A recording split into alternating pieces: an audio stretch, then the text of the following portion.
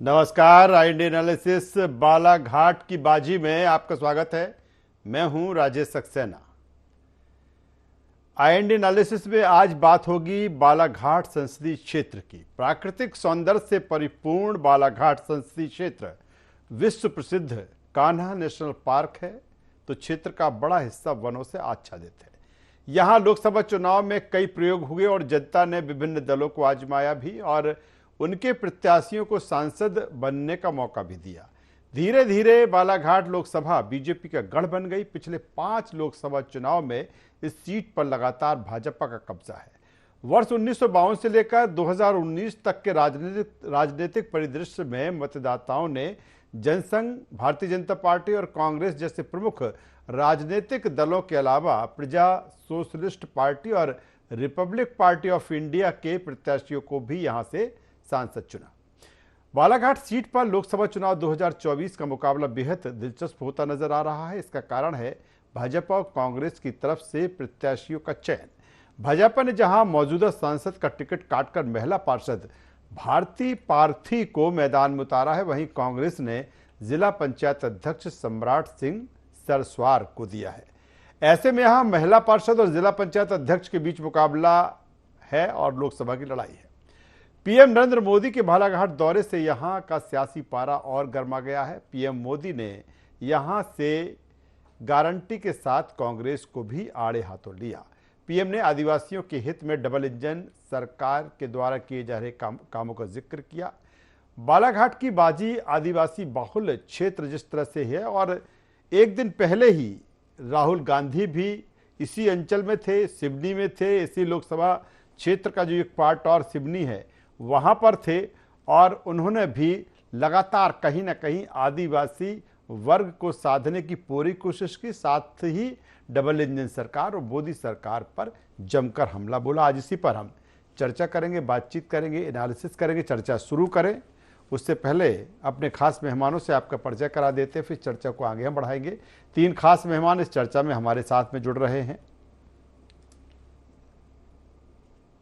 तो जिस तरह से बालाघाट का जो सियासी रण है, मैं 3 खास मेहमान हमारे साथ में हैं, तीनों का मैं परिचय करा देता हूं। हमारे साथ में है वरिष्ठ पत्रकार आशीष दुबे जी, स्वागत करूंगा आशीष जी आपका। हमारे साथ में है वंदना Tripathi ji, media panelist Bharatiya Janata party Madhya Pradesh. वंदना जी आपका स्वागत है। और हमारे साथ में है पवन पटेल जी, महासचिव मध्य प्रदेश कांग्रेस। पवन जी मैं आपका भी स्वागत करता हूँ। पवन जी, मैं सबसे पहले आपके पास ही आता हूँ।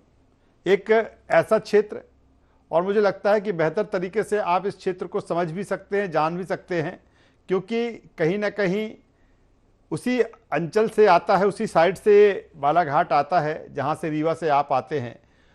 लेकिन जिस तरह से बालाघाट की बात की जाए, कभी कांग्रेस का ये गढ़ रहा करता था, बीच में तमाम सारी पार्टियों के इर्द गिर्द ये लोकसभा घूमती नजर आई, लेकिन पिछले 5 चुनावों से लगातार ये आपके लिए अभेद किला बना हुआ है।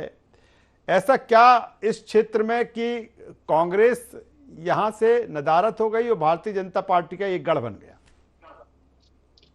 नहीं, पहले अवैध किला जरूर बना हुआ था, लेकिन अभी जो विधानसभा चुनाव हुए उसमें देखा आपने कि हमें काफी अच्छी सफलता मिली। काफी अच्छा हमें वहां पर उसका वो मिला कि हम वहां पे करीब 4 सीट रही और 2 सीट भारतीय जनता पार्टी।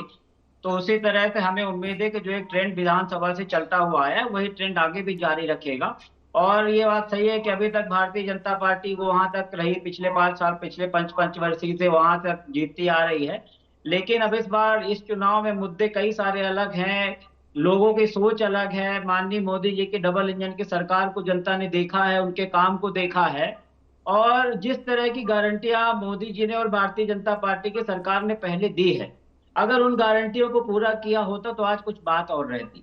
लेकिन जो जो बातें पहले की, आज भी भारतीय जनता पार्टी के लोग सिर्फ और सिर्फ कांग्रेस पार्टी की बात करते हैं, राहुल गांधी की बात करते हैं। इतने साल राज करने के बाद, इतने साल सत्ता में रहने के बाद भी आज उनके पास अपने काम बताने के लिए नहीं है।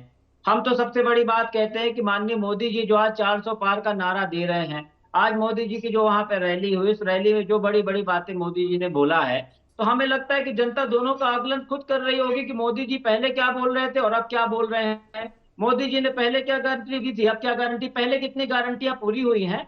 तो अब मुझे पूरा विश्वास है कि जनता अपने विवेक से भारतीय जनता पार्टी के काम को देखते हैं, और कांग्रेस पार्टी ने जो काम किया है इतने दिन तक, चाहे इस देश को आजाद कराने की बात हो, चाहे उस देश में अर्जित आदिवासियों के उनके अधिकार, हक अधिकार की बात हो, जितने कांग्रेस पार्टी ने नीतियां बनाए, जितना हक अधिकार कांग्रेस पार्टी ने दिलाने की बात की है या दिलाया है नीतियां बना करके, उतना भारतीय जनता पार्टी ने नहीं किया है। ये हमेशा राजनीति, भारतीय जनता पार्टी चुनाव के हिसाब से अपने पैतरे बदलती रहती है। जब उसको लगता है जो वर्ग उनके नाराज, उस वर्ग के लिए ताबड़तोड़ काम करना शुरू कर देते हैं। तो जनता अब इस जो दोहरा चरित्र है, ये डबल इंजन की सरकार की बात करते हैं, डबल इंजन की सरकार थी तो अपनी स्पीड की बात करे, अपने काम की बात करे, लेकिन डबल इंजन की सरकार होने के बाद भी आज तक काम नहीं किया। आज भी इनको 400 पार चाहिए, क्योंकि संविधान को बदलना चाह रहे हैं। जब उनको स्पष्ट बहुमत है, इनका विश्वास अगर लोकतंत्र में होता, इनका विश्वास बाबा साहब भीमराव अम्बेडकर के संविधान में होता, तो ये इस तरह की बात नहीं करते कि हमें 29 की 29 सीट चाहिए। तो अभी तक के मोदी जी के कार्यकाल, भारतीय जनता पार्टी के कार्यकाल को जनता ने देखा है, जनता ने समझा है। अब जनता स्वविवेक से इस बार काम लेगी, भले अभी तक अभेद गढ़ रहा हो, लेकिन इस बार कांग्रेस पार्टी को सफलता मिलेगी। चलिए वंदना त्रिपाठी जी, जिस तरह से हम बालाघाट की बात करें, और ये जो अंचल है, चाहे बालाघाट की बात कर ले, सिवनी की बात करें, मंडला की बात करें, कहीं ना कहीं आदिवासी बाहुल्य क्षेत्र है, और लंबे समय से भारतीय जनता पार्टी आदिवासियों पर फोकस है। चाहे राष्ट्रपति चुनाव की हम बात करें, या फिर पैसा कानून की बात की जाए, या तमाम सारे जो आदिवासी वर्ग से जो महापुरुष आते हैं हम उनकी हम बात करें, लेकिन विधानसभा, ठीक है आपको विधानसभा चुनाव में ऐतिहासिक सफलता हासिल हुई, लेकिन इस वर्ग का जो आशीर्वाद जिस हिसाब से मिलना चाहिए था, कहीं ना कहीं उसमें कसर रही। क्या यही कारण रहा है कि आज पीएम नरेंद्र मोदी जिस तरह से बालाघाट में थे और उन्होंने आदिवासियों का जिक्र किया, आदिवासियों के लिए डबल इंजन सरकार ने या मोदी सरकार ने जो कुछ किया उसका जिक्र किया, क्या माना जाए कि क्या भारतीय जनता पार्टी अब ये मानती है कि जो कहीं ना कहीं उतना आशीर्वाद भले विधानसभा चुनाव में नहीं मिला, अब लोकसभा चुनाव में उसको मिलेगा, या फिर बेहतर तरीके से जो चीजें हैं वो डिलीवर इस वर्ग तक नहीं हो पाई? क्योंकि आपने कहा है कि चाहे तमाम सारे काम हमने इस वर्ग के लिए किए हैं। जी नमस्कार राजेश जी, नमस्कार सभी पैनलिस्टों को। सबसे पहले तो सबको नूतन वर्ष की हार्दिक शुभकामनाएं। प्रदीप जी, आशीष जी, सभी को। देखिए राजेश जी, बालाघाट की जब हम बात करते हैं तो आप याद करिए बालाघाट का वो स्वरूप याद करिए जो 2003 के पहले का बालाघाट हुआ करता था। नक्सल प्रभावित बालाघाट, जहां पे नक्सली हमले, जहां पे नक्सलियों का आतंक मचा हुआ रहता था, उसको मोदी जी की सरकार आने के बाद, भारतीय जनता पार्टी की सरकार आने के बाद, मध्य प्रदेश में भारतीय जनता पार्टी आने के बाद मुख्य धारा से आदिवासियों को जोड़ने का काम हमारी सरकारों ने किया है। आज हमारी सरकारों की वजह से बालाघाट नक्सल से मुक्त है, नक्सलाइट से मुक्त है, और आज बालाघाट के आदिवासी भी एक शांति का, एक सम्मान का जीवन जी रहे हैं। आपने देखा है कि पेसा कानून लाके हमने जल जंगल जमीन का अधिकार आदिवासियों को दिलाया। हमने जो लेजेंडरी हीरोज हैं हमारे आदिवासी, चाहे वो टंटिया मामा हो, चाहे वो रानी दुर्गावती हो, जो कहीं ना कहीं इतिहास के पन्नों में छुपे हुए थे, उनका महिमा मंडन करने का भी कार्य किया है, क्योंकि कांग्रेस पार्टी ने उन्हें इतिहास के पन्नों में ही दबाकर रखा था। कांग्रेस पार्टी बस एक परिवार और तुष्टीकरण की राजनीति करती रही है। इन्होंने कभी भी ये कोशिश नहीं करी कि बालाघाट का विकास हो, बालाघाट से नक्सल हटे, क्योंकि ये तो चाहते हैं कि देश में आतंक मचा रहे, और आतंक के माध्यम से राजनीति करना कांग्रेस पार्टी की आदत रही है। अभी भी आप देखिएगा कि किस प्रकार से बालाघाट का जो हमारा अभेद किला कांग्रेस पार्टी फतेह करने की बात कर रही है, ये हमारा किला तो बिल्कुल भी फतेह नहीं कर पाएंगे, पर हम इनका जो गढ़ है छिंदवाड़ा, उस पर अपना कमल का परचम लहरा कर रहेंगे। और उसका कारण है हमारे यशस्वी प्रधानमंत्री मोदी जी द्वारा आदिवासियों के विकास के लिए लाई हुई योजनाएं, महिलाओं के विकास के लिए लाई हुई योजनाएं, और बालाघाट तो क्या, सारे मध्य प्रदेश में कमल का फूल खिलेगा और 29 की 29 सीटें हम अवश्य जीतेंगे। ये बिल्कुल कॉन्फिडेंस के साथ आज नववर्ष पे मैं कह रही हूं, क्योंकि हम कार्य करते हैं, इनकी तरह बातें नहीं करते, इनकी तरह झूठे दावे नहीं करते। चलिए मैं दोबारा आपके पास में आऊंगा, आशीष जी के पास में आ जाता हूं। आशीष जी, क्या जिस बेल्ट की हम बात कर रहे हैं, जिस बालाघाट की हम बात कर रहे हैं, एक आदिवासी बड़ा फैक्टर यहां पर रहेगा और उसको साधने की कोशिश दोनों तरफ से है। पीएम नरेंद्र मोदी जी भी वहां पर आए थे, राहुल गांधी जी भी एक दिन पहले वहां पर आए थे। और न केवल बालाघाट बल्कि अगर बालाघाट को आप साधते हैं तो उसके आसपास की छिंदवाड़ा भी वहीं से लगा हुआ है, वहीं से मंडला जो सीट है वो लगी हुई है, सीधी सीट वहीं पर लगी हुई है। तो क्या लगता है एक बड़ा फैक्टर होगा और दोनों के लिए प्रूव करना, क्योंकि जिस तरह से कांग्रेस कह रही है कि आदिवासी वर्ग के लिए कुछ नहीं किया, राहुल गांधी भी आए थे, ये कह के गए हैं। दूसरी तरफ अगर भारतीय जनता पार्टी की बात करें, केंद्र की मोदी सरकार हो या फिर राज्य की सरकार हो, लगातार ये कहा जाता रहा कि हम तमाम सारी चीजें हमने इस वर्ग के लिए की है। लेकिन इतना जरूर है कि जितना फायदा विधानसभा चुनाव में मिलना चाहिए था भारतीय जनता पार्टी को, कुछ उसमें कसर जरूर रही है। किस रूप में देखते हैं इस बालाघाट के पूरे गुणागणित को, आशीष जी?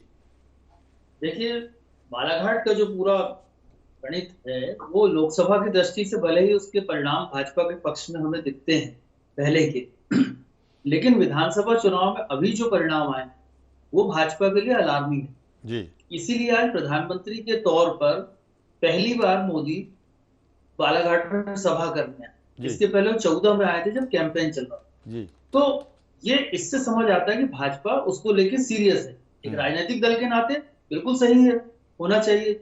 लेकिन विधानसभा चुनाव की जो बालाघाट की सभी सीटों के नतीजे आए उसमें भाजपा और कांग्रेस के बीच वोटों का अंतर सिर्फ 91 या 92 हजार वोटों का रहा जी। तो कांग्रेस के लिए लंबे समय के बाद बालाघाट से कुछ उजले संकेत कांग्रेस को नजर आते।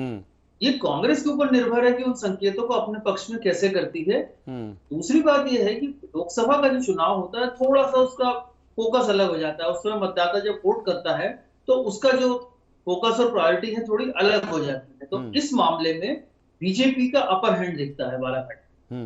और बालाघाट चूंकि महाराष्ट्र से भी लगा हुआ है, बालाघाट जहां मंडला और दूसरी सीटों से लगा हुआ है तो इसलिए यहाँ का जो पूरा जो मिजाज है वोटरों का वो उसको भांपना, क्योंकि वहां पे आदिवासी वोट भी बहुत ज्यादा है और दूसरी छोटी पिछड़ी जातियां हैं और जो दूसरे छोटे छोटे समूह है उनके वोट भी। तो इन सारी चीजों के मद्देनजर बालाघाट को जीतना कांग्रेस के लिए, अगर कांग्रेस इस बार ज्यादा पिछड़ती है तो ये माना जाएगा कांग्रेस की रणनीतिक चूक है या संगठनात्मक चूक है। दूसरी बात यह है कि आदिवासी विकास की जहां तक बात है तो ये सही है कि लोग अभी विधानसभा चुनाव में आदिवासियों का पूरा समर्थन हासिल करने की भाजपा की जो कोशिश थी वो 100% कामयाब नहीं रही।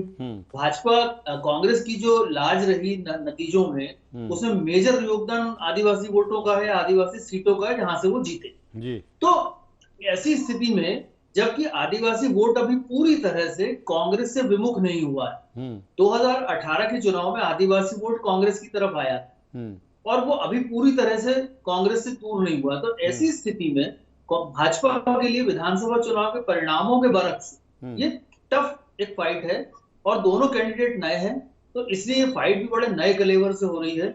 और आदिवासी विकास का जहां तक मुद्दा है तो मैं ये मानता हूं कि आदिवासी विकास की जिम्मेदारी कि जितनी किसी सरकार की या किसी मंत्रालय की है उतनी ही आदिवासी वर्ग से चुने हुए जनप्रतिनिधियों की भी है। वो जनप्रतिनिधि आज से नहीं 40, 50, 60 साल से चुने जा रहे हैं।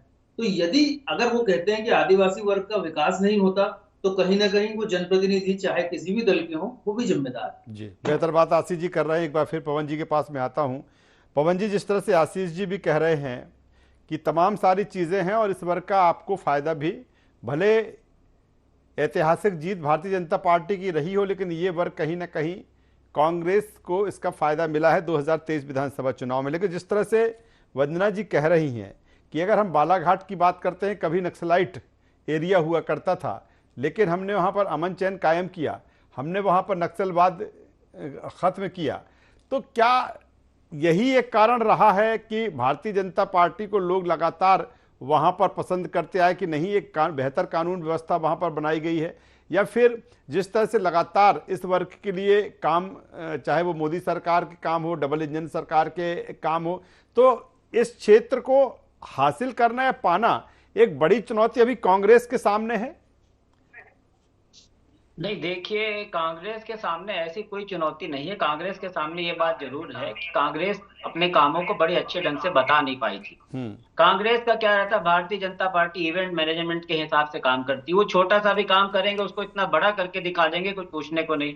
अभी आदरणीय वंदना जी बोल रहे थे कि बिरसा मुंडा जितने इनके नायक थे, उनका सब आज तक कभी बिरसा मुंडा की जयंती भारतीय जनता पार्टी ने नहीं मनाई। कांग्रेस हमेशा मनाती है। लेकिन अब ये यही दिक्कत होती है कि छोटा सा भी काम करके उसको इतना बड़ा कर देते हैं कि लगता है सब कुछ यही किया है। तो आज जो है एक्चुअल में ये वर्ग हो, चाहे गरीब हो, चाहे किसान हो, हर वर्ग आज की डेट में, खाली वहां की बात नहीं कर रहा हूं, आदिवासियों के लिए तो कांग्रेस ने इतने सारे काम किए हैं, किसी भी समय का उठा लीजिए। लेकिन उस वर्ग आज महसूस कर रहा है कि जो भारतीय जनता पार्टी ने, मोदी जी ने जो जो बात की है उन बातों को पूरा नहीं किया है। आज आदरणीय वंदना जी से आप बालाघाट की बात कर रहे हैं, सीधे छिंदवाड़ा पे आ जाते हैं। तो भारतीय जनता पार्टी के नेताओं को छिंदवाड़ा और राहुल गांधी दो ही को प्रेस्टीज पॉइंट बना रखा है। अरे हम कहते हैं अपने कामों पे बात करिए। नहीं, छिंदवाड़ा तो इसलिए कह रहे हैं, वो छिंदवाड़ा इसलिए कह रहे हैं कि उनको 29 में से 29 जीतना है, सिर्फ एक सीट ही तो आपके पास में है, इसीलिए वो बार बार छिंदवाड़ा की बात कर रहे हैं। वही तो बता रहे कि इनकी क्या छिंदवाड़ा, पिछली बार छिंदवाड़ा में इनके काम नहीं हुए थे। मोदी जी के काम तो पिछले विधानसभा, पिछले लोकसभा चुनाव में भी रहे होंगे ना। इस बार ऐसा कोई चमत्कार नहीं है। लेकिन अब वो जो कहते हैं ना कि तानाशाही जो चढ़ी हुई है, तानाशाही के संविधान से इस देश को चलाना चाहते हैं, इसलिए हम 29 की 29 सीट लेंगे। इनका लोकतंत्र में विश्वास ही नहीं है, इनका संविधान में विश्वास ही नहीं है, तो इस कारण से इस टाइप से काम कर रहे हैं। बाकी आज भारतीय जनता पार्टी का कोई भी नेता अपने काम पर नहीं बात करता।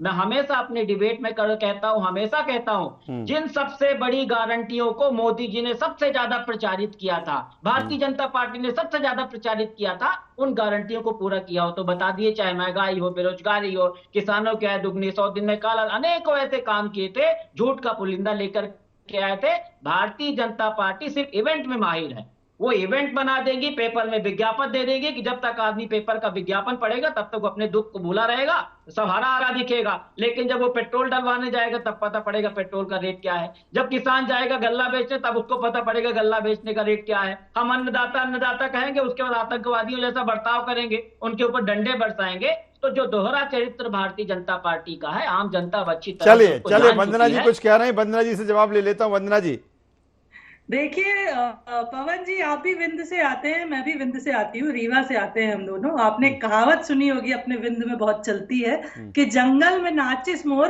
के देखिस। तो जंगल में नाचा मोर किसने देखा? जंगल में जो मोर नाचता है उसको कोई नहीं देखता है, उसको इवेंट नहीं कहा जाता, उसको अपनी कामों को बताना कहा जाता है जनता को। जनता के लिए अगर लाभ की योजनाएं आ रही हैं और जनता को उसका लाभ कैसे पहुंचाना है, अगर ये बताना भारतीय जनता पार्टी करती है तो क्या गलत करती है? और आप जो अपने राहुल गांधी जी और छिंदवाड़ा की इतनी चिंता करते हैं, तो पहले तो मैं राहुल गांधी जी के बारे में बोल दूं कि राहुल गांधी जी के हेलीकॉप्टर का फ्यूल खत्म हो जाता है। ये चिंता करते हैं आप लोग अपने आला कमान की कि उनके हेलीकॉप्टर के फ्यूल की, उनकी सिक्योरिटी की चिंता नहीं करी जाती। और आप बात करते हैं कि वो देश का प्रतिनिधित्व करेंगे, देश के प्रधान सेवक बनेंगे। पहले आप लोग उनकी अच्छे से सेवा करिए, देखिए कि वो जहां जा रहे हैं उन्हें प्रॉपर सिक्योरिटी और उनके फ्यूल की चिंता करिए। अब रही बात छिंदवाड़ा की, कर ले तो छिंदवाड़ा में तो देखिए कमलनाथ जी की जिस तरह से पोल खोल हुई है और जिस तरह से दीपक सक्सेना जी और उनका परिवार उनको छोड़ के भागा है, जिस तरह से उन्होंने अपने कार्यकर्ताओं की अवहेलना की है, जिस तरह से रिकॉर्ड तोड़ दल बदल कमलनाथ जी के गढ़ से हुआ है, तो कमलनाथ जी की तो हार पहले ही तय हो गई है। बालाघाट की बात करें तो आदिवासियों को मुख्य धारा से जोड़ने का कार्य हमेशा भारतीय जनता पार्टी ने किया। आपने तो महिलाओं से उनके पोषण आहार का तक पैसा छीन लिया। आप बात करते हैं, आप लोग कहते हैं कि हम सब संविधान की रक्षा करेंगे, संविधान को छिन्न भिन्न करने का कार्य आप लोग करते हैं। आप कहते हैं कि हम सबका विकास करेंगे, महिलाओं का नाम नहीं सूची में, आदिवासी प्रतिनिधियों को टिकट वितरण में आप लोग जब सोशल इंजीनियरिंग का शब्द लाती है कांग्रेस और जब टिकट वितरण की बात आती है तो इनकी सोशल इंजीनियरिंग कहाँ जाती है? चलिए आता हूं वंदना जी, क्योंकि अगर महिलाओं की बात करें बालाघाट में तो अगर लिंगानुपात देखें वहां पर तो महिलाओं का ज्यादा है। मैं आशीष जी के पास में आता हूं, फिर मैं दोनों मेहमानों के पास में आऊंगा। आशीष जी, इस बार का जो कैंडिडेट सिलेक्शन है, क्योंकि मुझे लगता है कि अगर भारतीय जनता पार्टी की बात करें तो भारतीय पार्थी को जिस तरह से उम्मीदवार बनाया है वो वहां पर पार्षद हैं। दूसरी तरफ अगर हम बात करें कांग्रेस की, जिस तरह से जिला पंचायत जो अध्यक्ष वहां के, उनको सम्राट सिंह सरस्वार को उन्होंने उम्मीदवार बनाया है। इस सिलेक्शन को किस रूप में देखें, क्योंकि दोनों ये नए कैंडिडेट हैं कहीं ना कहीं, और यही कारण है कि जो फोकस्ड है, पहले रहा करता था कि बड़े बड़े नाम हमने इस क्षेत्र में देखे, चाहे भारतीय जनता पार्टी की तरफ से देखें या फिर कांग्रेस की तरफ से देखें, लेकिन ये कैंडिडेट सिलेक्शन को किस रूप में देखते हैं आशीष जी? देखिए, दोनों पार्टियों ने नए चेहरे रखे हैं, और भाजपा, मुझे लगता है कि भाजपा ने भी इसलिए नया एक चेहरा चुनना ज्यादा पसंद किया होगा, क्योंकि विधानसभा के जो चुनाव परिणाम वो भाजपा की उम्मीदों के अनुरूप थे। वो बालाघाट की राजनीति में या भाजपा की राजनीति के जो पर्याय माने जाते थे चेहरे, वो इस चुनाव में हारे। तो इसलिए भी ये लाजिमी हो चुका था कि नया प्रयोग, नई पौध जो है राजनीति में, वो उस क्षेत्र से लाई जाए। तो ये भाजपा का स्वाभाविक एक कदम है। दूसरी तरफ अगर हम कांग्रेस की बात को देखें, तो कांग्रेस तो चूंकि वहां चुनाव जीत ही नहीं पा रही है कभी, तो कांग्रेस की जो प्रयोग है उनकी निरंतरता भी चल रही है।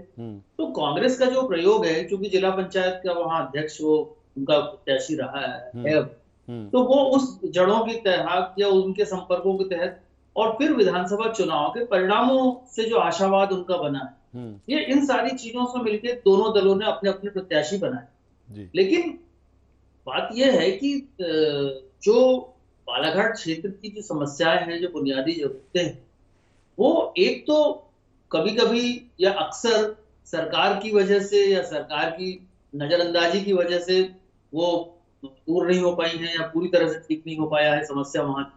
और दूसरी, वहां की भौगोलिक परिस्थितियां बहुत कठिन है, लंबे समय वो जो है नक्सल प्रभावित क्षेत्र भी रहा है। तो बहुत सारी चीजें हैं जिसकी वजह से अब बालाघाट को नए सिरे से देखने की या नए नजरिए से देखने की भी जरूरत है। चलिए, बेहतर बात आशीष जी, कांग्रेस और भाजपा दोनों ने इसीलिए मुझे लगता है नए प्रत्याशी। चलिए आशीष जी, बेहतर बात कर रहे हैं कि जो नया मिजाज प्रत्याशियों का सामने आता है वो ज्यादा दिलचस्प होना चाहिए। चलिए, बिल्कुल निश्चित तौर पर दिलचस्प होगा। एक छोटे छोटे कमेंट्स और लूंगा मैं दोनों मेहमानों से। पवन जी, कौन से कांग्रेस को कौन से ऐसे मुद्दे लगते हैं इस क्षेत्र में? अगर हम प्रॉपर बालाघाट की बात करें, क्योंकि जब चर्चा होती है तो तमाम सारे मुद्दे आ जाते हैं, लेकिन आपको क्या लगता है कि नहीं, ये मुद्दे बेहतर तरीके से कांग्रेस वहां पर उठाएगी, जमीन तक ले जाएगी, उसका फायदा आपको मिलेगा? नहीं, जो आदमी नक्सलाइट की बात जो कर रहे हैं, जो आदमी दुखी, पीड़ित और परेशान है, उसके हित में कांग्रेस ने पहले भी काम किया है, अभी भी काम कर रही है, और फिर से आम जनता को कांग्रेस से उम्मीद है। अभी वंदना जी जो विज्ञापन की बात कर, मैं क्या विज्ञापन अपने कामों को बताएं, लेकिन जो दोहरा विज्ञापन, हम बिजली में सरप्लस हो गए और गरीब के ऊपर उसका बिजली का बिल करने के लिए उसके ऊपर केस लगा देंगे, कुर्की कर देंगे, तो जो दोहरा चरित्र है उसकी बात कर रहा हूं मैं। बाकी आप अपने कामों को बताइए, बहुत बढ़ चढ़ करके बताइए। तो हमें पूरा विश्वास है बालाघाट की जनता से, जो नक्सलाइट से लड़ने के लिए इन्होंने काम नहीं किया, नक्सलाइट से लड़ने के लिए हम लोगों ने काम किया, हम लोगों ने भी नीतियां बनाई है, ये सिर्फ अपना बखान करना चाहते हैं। तो मुझे पूरा विश्वास है कि पर्टिकुलर उस समुदाय, उस वर्ग के लिए जो कांग्रेस पार्टी ने काम किया, जो बालाघाट के लिए काम किया है, उस पूरे वर्ग ने उस चीज को महसूस किया है, और भारतीय जनता पार्टी की बतौलेबाजी को महसूस किया है। हम अपने कामों के आधार पर हमें आकलन कर सकते हैं कि हमें काफी सफलता मिलेगी। चलिए वंदना जी, जवाब दे दें, कौन सी ऐसी चीजें हैं जो लगता है कि नहीं, जिनको लेकर वहां की जनता है वो आपको चुनेगी? है कि भारतीय जनता पार्टी ने हमेशा आदिवासियों को मुख्य धारा से जोड़ने का कार्य किया है, करती है और करती रहेगी। हम हमेशा आदिवासियों के विकास की योजनाएं लाते रहे हैं, हम महिलाओं के विकास की योजनाएं लाते रहे हैं, और हम ये कार्य आगे भी करते रहेंगे। और जब हमारे प्रधानमंत्री मोदी जी पुनः जब प्रधानमंत्री बनेंगे, तो आप देखिएगा कि बालाघाट का किस प्रकार से हम विकास करते हैं, किस प्रकार से आप देखिएगा कि भारती पारदी जी सांसद के रूप में वहां से चुनकर आती है। उसका कारण है कि उन्होंने वहां जमीन पर काम किया है, वो वहां पार्षद लेकर काम कर चुकी है। और आप जानते हैं कि जो पार्षद होते हैं वो बहुत जमीनी स्तर के नेता होते हैं, तो वो जमीनी स्तर की जो समस्याएं हैं उनको जानते हैं और उनको कैसे सुलझाना है उसको भी उन्हें पता होता है। लेकिन उन्होंने भी कहीं ना कहीं जिला पंचायत अध्यक्ष को मैदान में उतारा है, वो भी बेहतर तरीके से उस क्षेत्र को जानते हैं।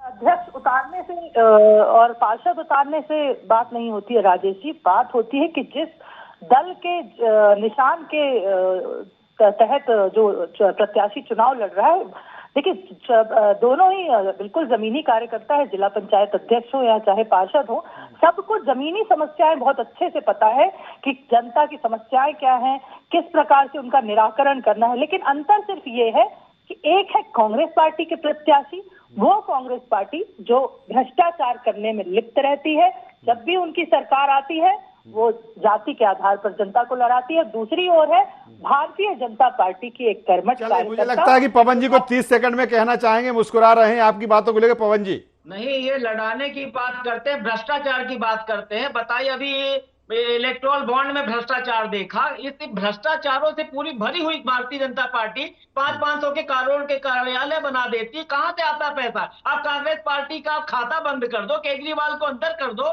ये कोई बराबरी की लड़ाई लड़ रहा है। तो चलिए, जो बालाघाट का रण है या जो बालाघाट की बाजी है, देखना है कौन जीतेगा। तीनों मेहमानों को यहाँ पर धन्यवाद करता हूँ, शुक्रिया करता हूँ। तो लगातार जिस तरह से मध्य प्रदेश की 29 लोकसभा सीट पर जो रण है, जो जंग है, वो लगातार उस पर चुनावी जो सियासत राजनीति है वो हावी है। लगातार दिग्गजों के मध्य प्रदेश में दौरे हो रहे हैं। पीएम नरेंद्र मोदी बालाघाट में थे, इससे पहले राहुल गांधी बालाघाट में थे। कहीं ना कहीं इस चुनाव में एक आदिवासी बड़ा फैक्टर है और यही कारण है कि इस वर्ग तक पहुंचने की कोशिश सभी कर रहे हैं। देखना होगा किसको आशीर्वाद बेहतर तरीके से इस वर्ग का मिलता है और जो बालाघाट की बाजी है कौन जीतता है। IND एनालिसिस में इतना ही। ID24 पर खबरों का सिलसिला लगातार जारी है। अब बने रहिए हमारे साथ। नमस्कार।